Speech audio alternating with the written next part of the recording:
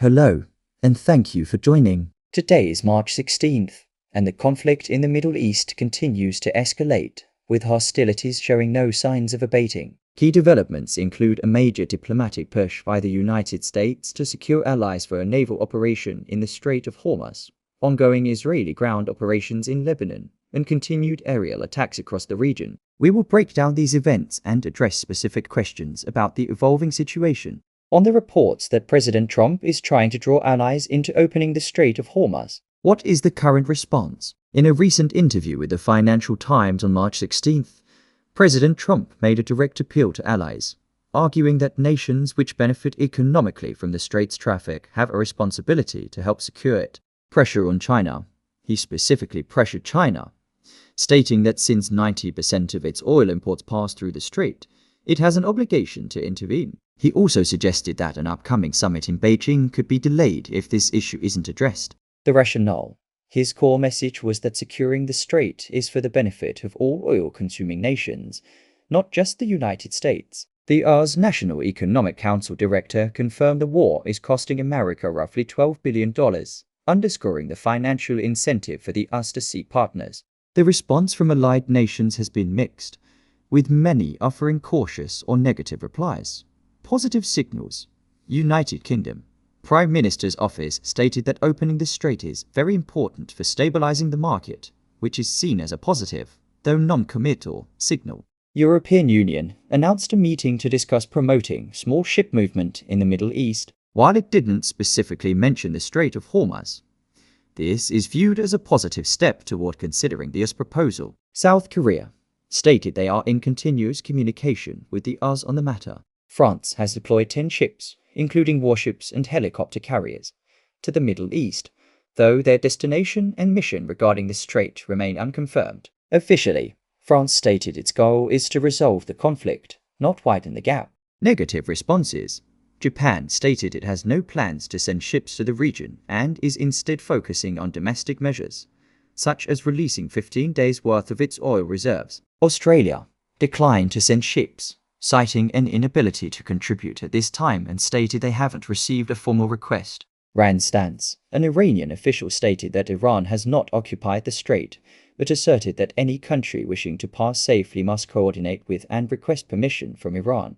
Despite the conflict, Iran continues to export oil. It was reported that 55 oil tankers are operating in the Gulf, and countries like China, Pakistan, Turkey, and India have received safe passage guarantees from Iran. Do you think the $12 billion cost is a reason for Trump to push allies to join? That figure is directly connected to the US strategy. The $12 billion figure, confirmed by the director of the National Economic Council, highlights the immense financial burden on the US. President Trump framed his appeal to allies not as a favor to the US, but as a matter of self-interest for those nations. He argued that since their economies rely on the oil flowing through the strait, they should contribute to its protection. He mentioned that 7 countries are being considered for military assistance to participate in this mission. The underlying message is that the US sees itself as bearing an unfair share of the cost and risk for a resource that benefits the entire global market. As Secretary of Energy, Chris Wright offered a more optimistic outlook, telling reporters he believes operations could conclude within 2 to 3 weeks and that oil prices would then return to normal. Why aren't Middle Eastern countries themselves participating in securing the strait? How has the war developed there? There are 4 primary reasons why Middle Eastern nations are hesitant or unable to intervene directly in the Strait of Hormuz. 1. They have their own passage. Many of these countries are not dependent on the strait in the same way as global powers. They are the source of the oil and have alternative means or arrangements. 2. They are not responsible for global supply. Their primary concern is their own national security and production, not the global shipping lanes. 3. They are under direct attack. They are currently suffering from production damage and attacks on their own soil, making external operations a lower priority. 4. Geographic location. Some are located beyond the strait and do not see it as their immediate strategic concern. The situation on the ground on March 16th is severe.